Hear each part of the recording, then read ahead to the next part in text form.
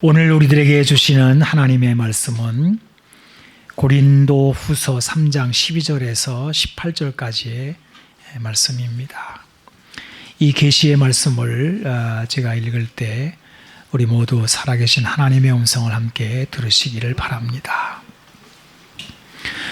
우리가 이 같은 소망이 있으므로 담대히 말하노니 우리는 모세가 이스라엘 자손들에게 장차 없어질 것에 결국을 주목하지 못하게 하려고 수건을 그 얼굴에 쓴 것 같이 아니하노라.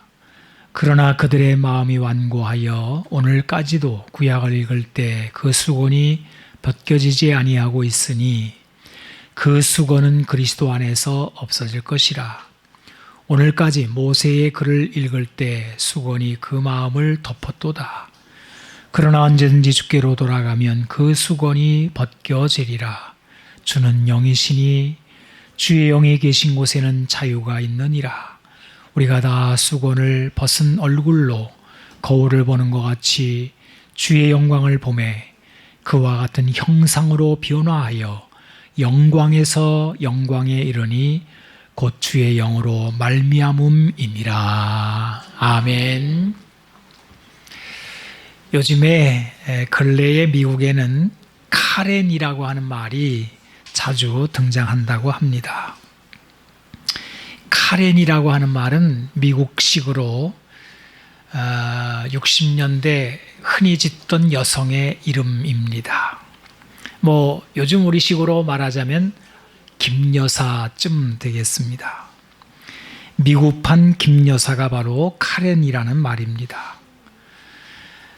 무지하고 비합리적이고 반사회적 인종차별 같은 갑질을 해대는 중년 백인 여성을 통칭하는 이름을 카렌이라고 합니다. 카렌에게 세상은 자기 기준에 맞춰 존재하며 다른 사람에 대한 배려는 거의 없다. 자기 목적을 위해서라면 타인을 기꺼이 희생시키려는 여성, 이렇게 카렌을 정의하기도 합니다. 혹시 여러분 주변에서 이런 무대뽀 사람을 경험해 보신 적이 있으십니까? 아마 만나기만 해도 대단히 기분이 나쁠 것입니다. 그리고 우리 입에는 이런 말이 나오겠죠. 사람이 저러면 쓰나. 저게 사람이 할 짓인가. 그런데 문제는 이런 김여사 같은 카렌 같은 기질이 사람에게는 누구나 다 있다는 것입니다. 바로 내가 김여사이고 카렌입니다. 한 번은 예수님이 이렇게 말씀을 하셨습니다. 너희가 너희를 사랑하는 자를 사랑하면 무슨 상이 있으리요? 세리도 이같이 아니하느냐? 또 너희가 너희 형제에게만 무난하면 남보다 더하는 것이 무엇이냐? 이방인들도 이같이 아니하느냐? 여러분, 손주를 누가 안 기뻐하겠습니까? 같은 식구들끼리 왜 인사를 안 하겠습니까? 하지만 이런 것들은 다 세리나 이방인들도 한다는 거죠. 예수님 당시 세리나 이방인이라는 표현은 아주 질 나쁜 사람들을 통칭합니다. 김여사나 카렌 이상으로 갑질을 하거나 아주 못된 그런 사회적인 인식이 있는 말들입니다. 그런데 예수님은 너희가 뭐 다를 게 있더냐. 여기에서 예수님이 뜻하신 말씀의 의도는 누구를 비난하려거나 정죄하려는 것은 아닙니다. 예수님은 아주 명확하게 의도를 가지고 이 말씀을 하신 것입니다. 그 의도를 우리는 마태복음 5장 43절에서 48절에 이렇게 들어볼 수 있습니다. 또 내 이웃을 사랑하고 내 원수를 미워하라 하였다는 것을 너희가 들었으나 나는 너희에게 이르노니 너희 원수를 사랑하며 너희를 박해하는 자를 위하여 기도하라. 이같이 한즉 하늘에 계신 너희 아버지의 아들이 되리니 이는 하나님이 그 해를 악인과 선인에게 비추시며 비를 의로운 자와 불의한 자에게 내려주심이라. 너희가 너희를 사랑하는 자를 사랑하면 무슨 상이 있으리요? 세리도 이같이 아니하느냐? 또 너희가 너희 형제에게만 무난하면 남보다 더하는 것이 무엇이냐? 이방인들도 이같이 아니하느냐? 그러므로 하늘에 계신 너의 아버지의 온전하심과 같이 너희도 온전하라. 원수를 사랑하고 박해하는 자를 위해 기도하고 좋은 사람이나 나쁜 자나 동일하게 대해주고 나를 사랑하는 사람만이 아니라 칼같이 나를 찌르거나 눈에 거슬리는 행동을 하는 사람까지 선대하는 것이 가능하겠습니까? 우리는 정말 하늘 아버지를 닮은 하나님의 자녀의 모습을 지닐 수 있는 것입니까? 예수님은 바로 이것을 예수님을 믿는 제자들에게 의도적으로 내놓으신 것입니다. 그리고 이 목표가 어느 특정한 성인이나 대단한 사람들에게 해당되는 것이 아니라 예수님을 믿고 따르는 모든 구원받은 사람들에게 주어지는 과제라는 것을 말씀을 하시는 것입니다. 예수님이 우리를 죄에서 구원하여 주신 것은 죄사함이 전부는 아닙니다. 그 이상이 있습니다. 바로 하늘 아버지를 닮은 하나님의 자녀의 성품으로 빚어가는 것이 예수님이 우리를 구원하신 목표입니다. 오늘 우리가 읽은 고린도후서 3장의 말씀을 보면 이것을 주의 형상으로 변화하여 영광에서 영광에 이르는 것, 이렇게 말하고 있습니다. 사도 바울은 우리가 주의 영광을 보니 라고 말하고 있는데, 주의 얼굴, 주의 영광을 본 사람의 기록이 요한복음 1장 14절에 이렇게 나와 있지 않습니까?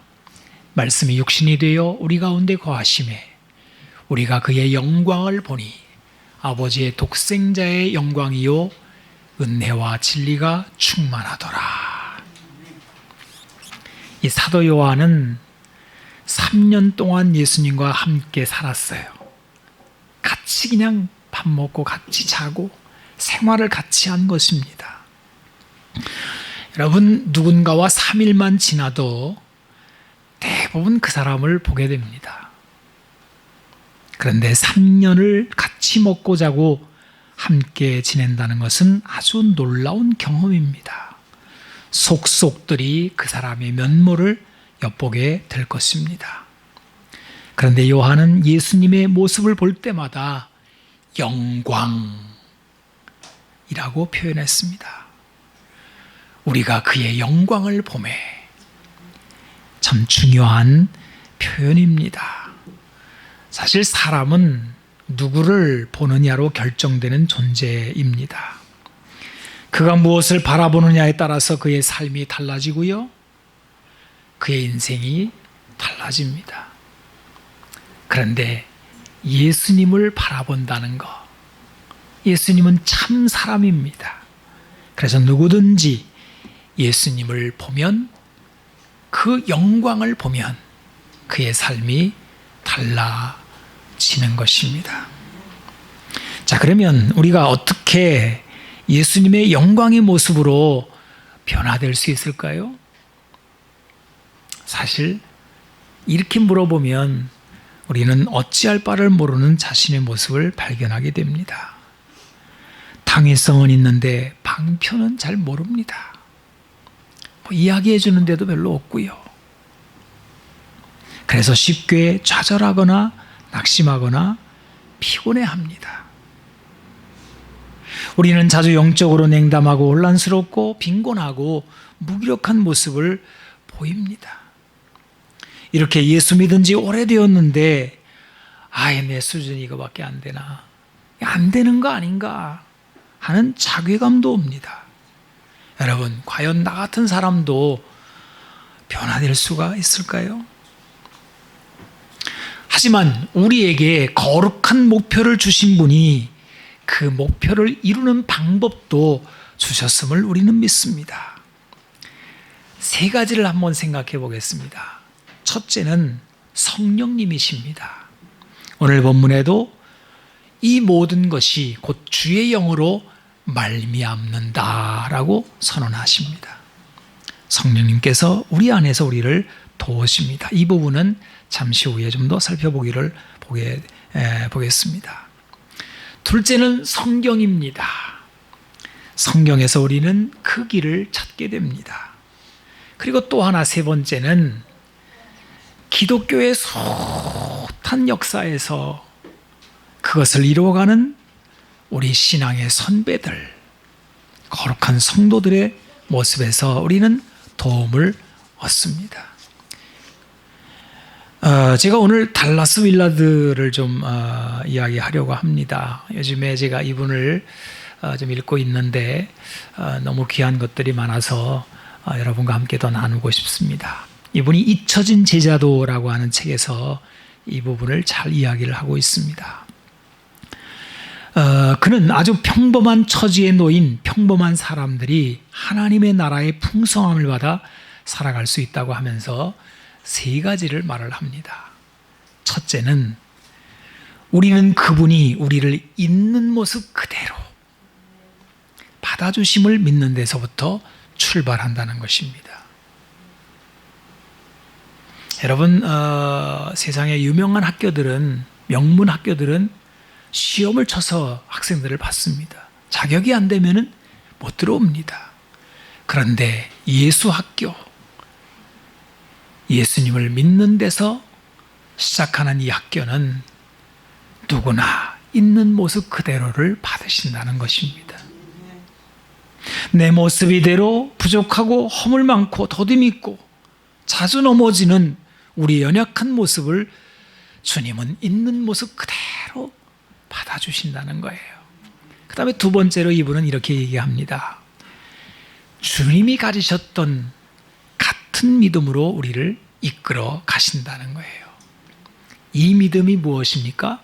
바로 하나님의 나라입니다. 예수님의 믿음은 바로 하나님의 나라가 왔다는 기쁜 소식에 있습니다. 하나님의 나라, 하늘, 하나님 다 같은 내용들이라고 할 수 있습니다. 여러분, 이 하늘이라고 하는 말은 이스라엘 백성들에게 있어서 하나님의 나라, 이 하늘이라고 하는 것은 항상 두 가지 개념이 들어있어요. 하나는 하나님이 가까이 계신다는 거예요. 멀리 계신 분이 아닙니다. 아주 작은 소리로 내가 기도해도 그분이 들으시는 가까운 거리에 하나님의 나라가 왔다는 것입니다. 또 하나는 모든 것 위에 뛰어나다라는 뜻이 그 안에 담겨 있습니다. 이게 하늘입니다. 예수님이 선포하신 하나님의 나라는 세상과 비교할 수 없는 탁월한 하나님의 능력과 거룩함이 저 멀리 있는 것도 아니고 우리 가까이 지금 계신다는 말입니다. 우리는 이것을 예수님과 함께 믿는 사람들입니다. 우리는 이것을 하나님이 다스리신다라고 말을 합니다. 예수님과 함께하는 우리의 믿음은 세상에서 난 것이 아니라 하늘에서 온 것입니다. 여러분, 이 두 번째 이 부분을 항상 잊지 마시기를 바랍니다. 우리는 종종 잊어버려요. 하나님 없이 나 혼자 고아와 같이 세상을 산다고 생각하기 때문에 아둥바둥하는 것이거든요. 넉넉히 이기게 하시는 하나님의 나라가 내 곁에 와 있는 것입니다. 그 다음에 세 번째로 달라스 윌라드는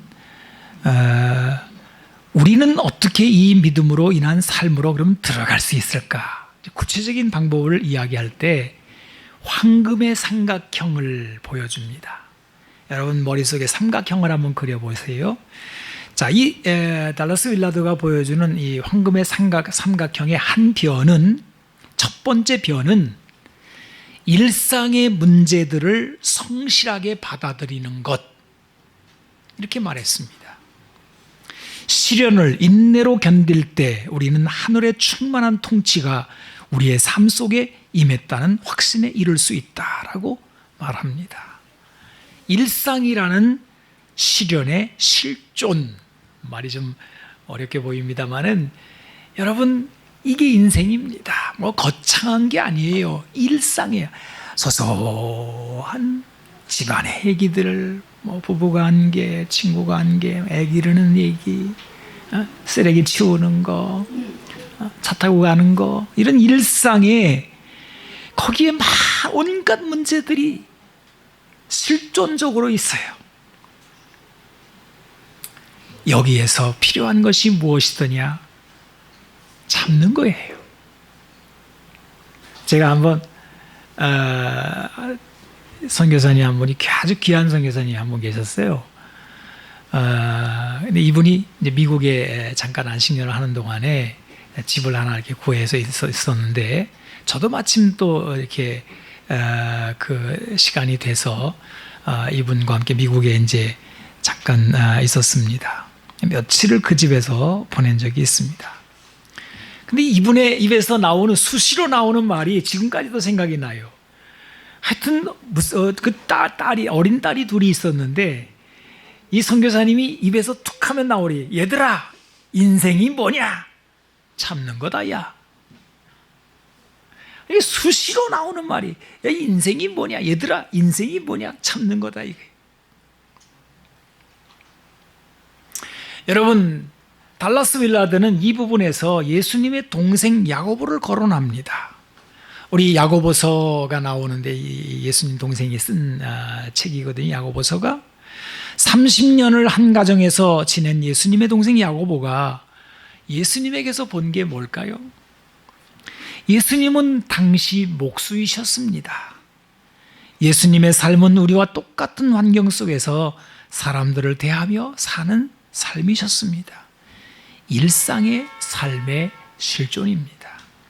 여기에서 온갖 일들이 벌어지는데, 야고보는 야고보서 1장을 시작하자마자 대본에 이렇게 말을 합니다. 여러분, 야고보서 1장 2절로 4절을 보십시오. 내 형제들아, 너희가 여러 가지 시험을 당하거든 온전히 기쁘게 여겨라. 이는 너희 믿음의 시련이 인내를 만들어내는 줄 너희가 알미라. 인내를 온전히 이루라. 이는 너희로 온전하고 구비하여 조금도 부족함이 없게 하려 함이라. 그랬어요. 온전한 삶은 어디서 옵니까? 온전한 인내에서 온다는 거예요. 아주 더 쉽게 얘기해 봅시다. 잘 참는 사람이 대빵입니다. 일상의 실존에서의 인내의 위력입니다. 이것을 야고보는 누구에게서 보았을까요? 누구에게서 배웠길래 대본에 이 말부터 하는 것일까요?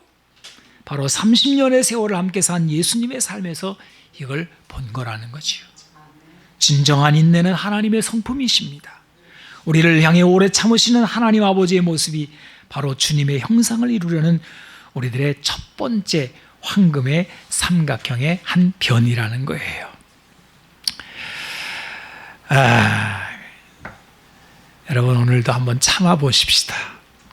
목구멍까지 올라오는 불평을 꿀꺽하고 삼겨서 배탈 난 사람이 한 사람도 없다고 그러잖아요.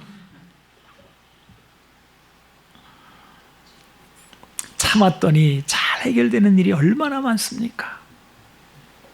그 다음에 두 번째 이제 삼각형의 변은 성령님이십니다. 우리가 예수님을 구주로 믿을 때 하나님은 성령님을 우리에게 보내주셨습니다. 하나님의 영이신 성령께서는 때로는 우리 안에서, 때로는 우리 주변에서 우리가 예수님을 닮도록 일하셔요. 그래서 사랑, 기쁨, 화평, 인내와 자비, 착함, 충성, 온유, 절제, 이런 것들이 우리 마음에서 우러나오거든. 이것은 전적으로 성령님이 우리를 이끄시는 것으로 볼 수 있습니다. 우리는 여기에서 줄다리기를 하죠. 우리의 마음은 정욕과 이기적인 욕심 쪽으로 가려고 고집을 부리고, 성령님은 우리의 소욕을 거스리고 주님을 따르라고 하십니다.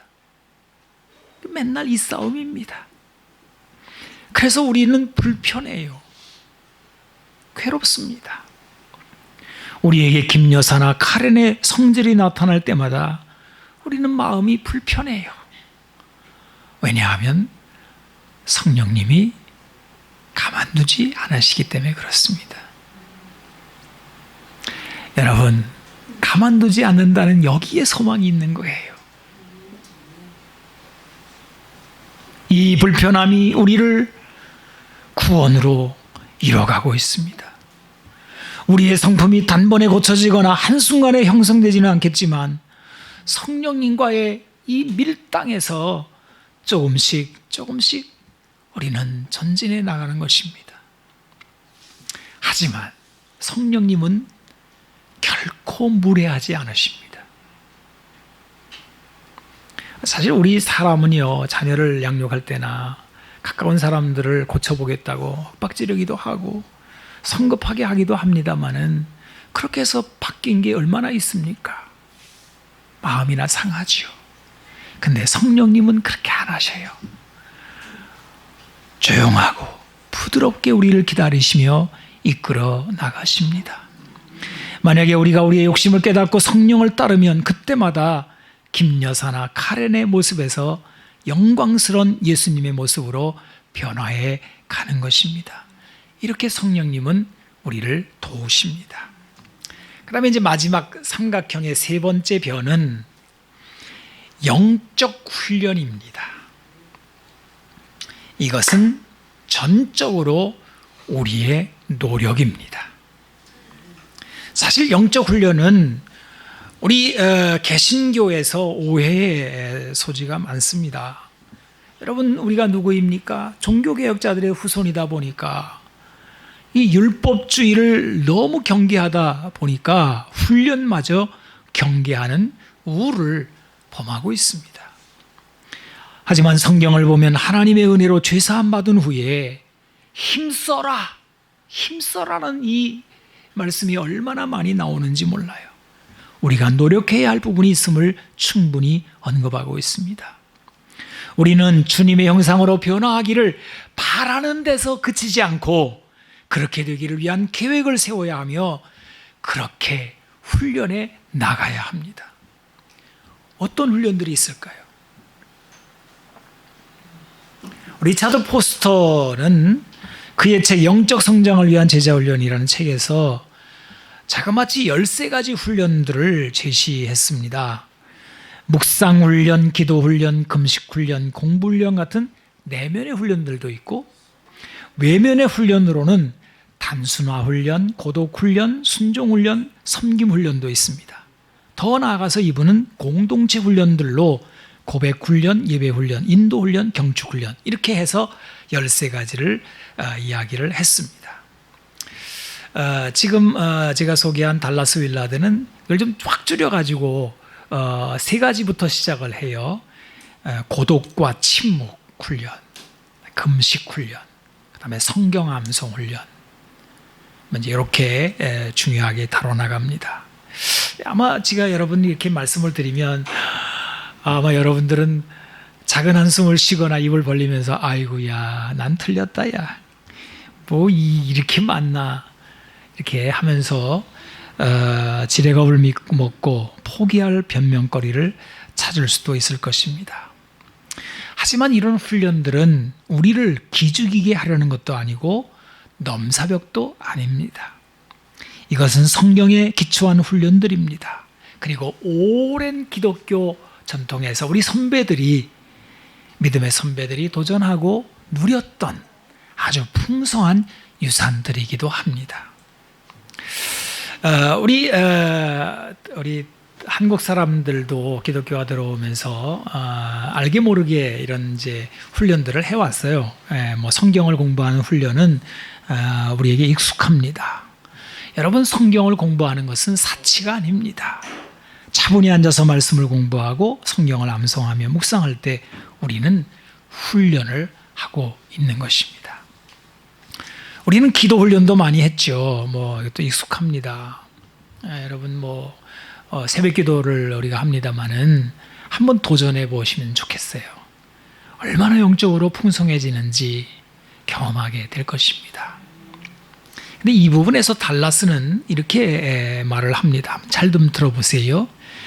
기독교에서 가장 흔히 처방되는 활동 가운데서 성경 공부, 기도회, 교회 출석은 대체로 영혼 변화에 이렇다 할 효과가 거의 없다. 누가 보아도 뻔한 사실이다. 그것이 변화를 가져오지 못하는 이유는 바로 몸과 영혼이 너무 고갈되고 분열되고 상충되어 있어서 그 처방된 활동에 제대로 임할 수 없고, 그래서 대체로 그 활동이 율법적이고 무력한 의식으로 전락하기 때문이다. 휴식을 곁들여 장시간의 고독과 침묵에 들어가면 그런 활동이 아주 강력한 힘을 발휘할 수 있다. 여러분, 성경을 공부하는데도 기도하는데도 뭔가 이렇게 재미가 없다 그러면 고독과 침묵 쪽으로 물러나야 됩니다. 이 고독과 침묵 훈련은 뒤틀린 우리 모습, 이 생각과 감정이 막 배선이 얽힌 것처럼 얽힐 수가 있어요. 왜냐하면 복잡한 세상 속에 살거든요, 우리가. 상처도 많고요. 그런데 고독과 침묵 훈련이 이거를 바로 잡아서 정렬을 해줘요. 금식 훈련은 이런 겁니다.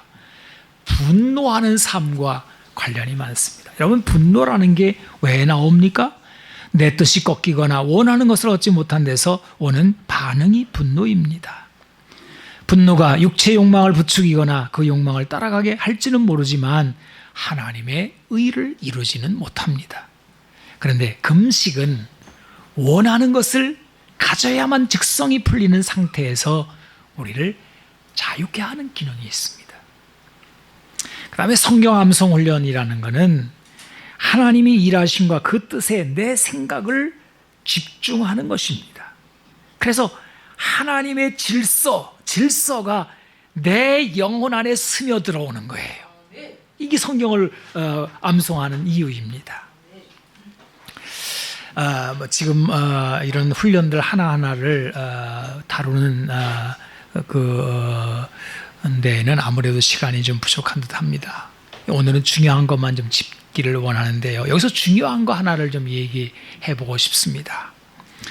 여러분, 만약에 우리가 이런 영적 훈련들을 해나간다면 그 목표는 무엇입니까?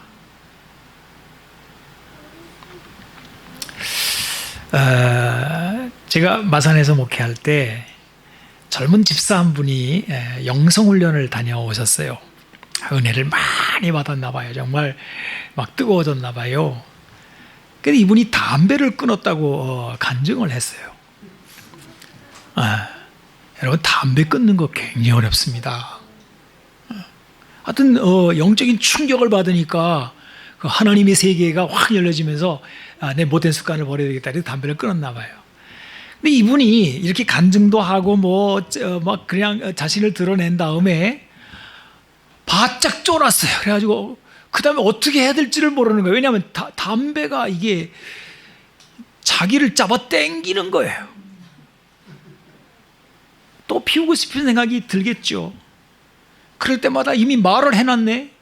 그러니까 어떻게 하면 좋지? 그 다음부터는 이제 사람들 앞에서 이제 이게 얼굴을 이제 숨기는 겁니다. 오늘 본문에는 그것을 뭐라 하냐면 수건으로 얼굴을 가린다 그랬어요. 모세 수건이라는 말이 나옵니다. 여러분, 이 모세 수건이라고 하는, 수건으로 얼굴 덮는다는 게 뭐냐 하면 모세가 하나님을 만난 다음에 얼굴이 막 빛났거든요. 여러분, 하나님을 경험한, 영적 충격을 받는 경험을 할 수가 있어요. 근데 경험이 다는 아니에요. 반짝 빛날 수 있겠죠. 그런데 그 빛은 사라지거든요. 그 다음에 어떻게 해요? 수건으로 쌓는 거예요. 제가 자전거를 타고 다니다 보면은 전부 다 싸매고 다닙니다. 전부 다 머리끝부터 발끝까지. 그래가지고 사람이 누군지 알 수 없는데 휴게소에 가면은 이제 다 벗으면은 할배들이 많아요.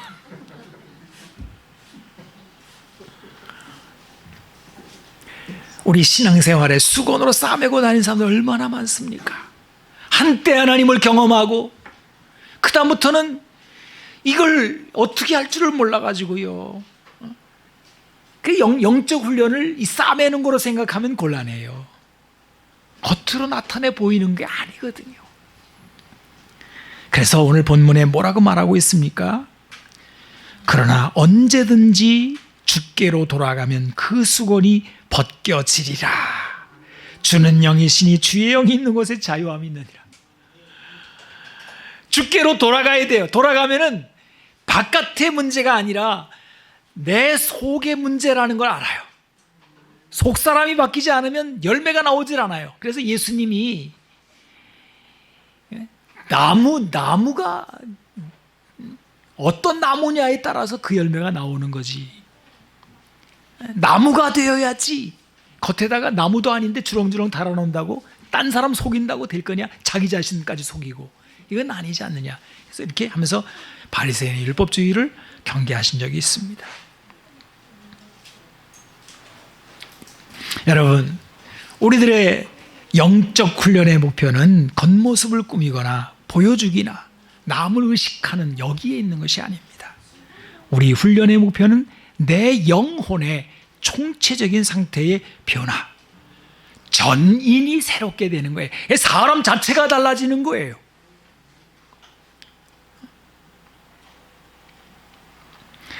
좋은 나무가 되어야 좋은 열매가 나오기 때문에 그렇습니다. 자, 이것이 이제 영적 훈련입니다. 사도 바울은 육체 연단은 약간의 유익이 있으나 경건은 범사에 유익하니 금생과 내생에 약속이 있느니라 그랬습니다. 우리가 이 몸을 연단시키는 것만 해도 유익이 참 많거든요. 건강해지고요, 행복해지고요, 아름다워지고요. 그런데 영적 훈련, 우리의 경건을 훈련하는 것은 금생과 내생의 약속이 있는 육체의 연단과 비교할 수 없는 유익이 있다라고 말씀하고 있는 것입니다.